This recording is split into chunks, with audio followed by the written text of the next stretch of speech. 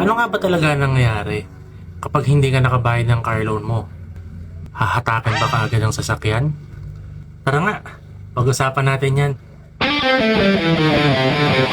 Sa first month na hindi ka nakabayad ng sasakyan, kadalasan, unang mangyayari dyan, tatawagan ka ng bangko para ipaalala sa'yo ang late payment mo. Kapag 2 months nang overdue ang car loan mo, mas seryosong sitwasyon na yan.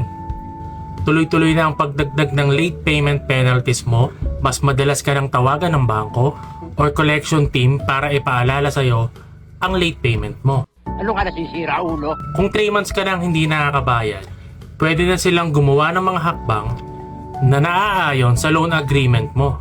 Magsasagawa na sila ng mga aksyon para sa repossession or paghatak ng unit. Wala na, finish na. Kaya ang pagkuha ng sasakyan, hindi yan basta-basta.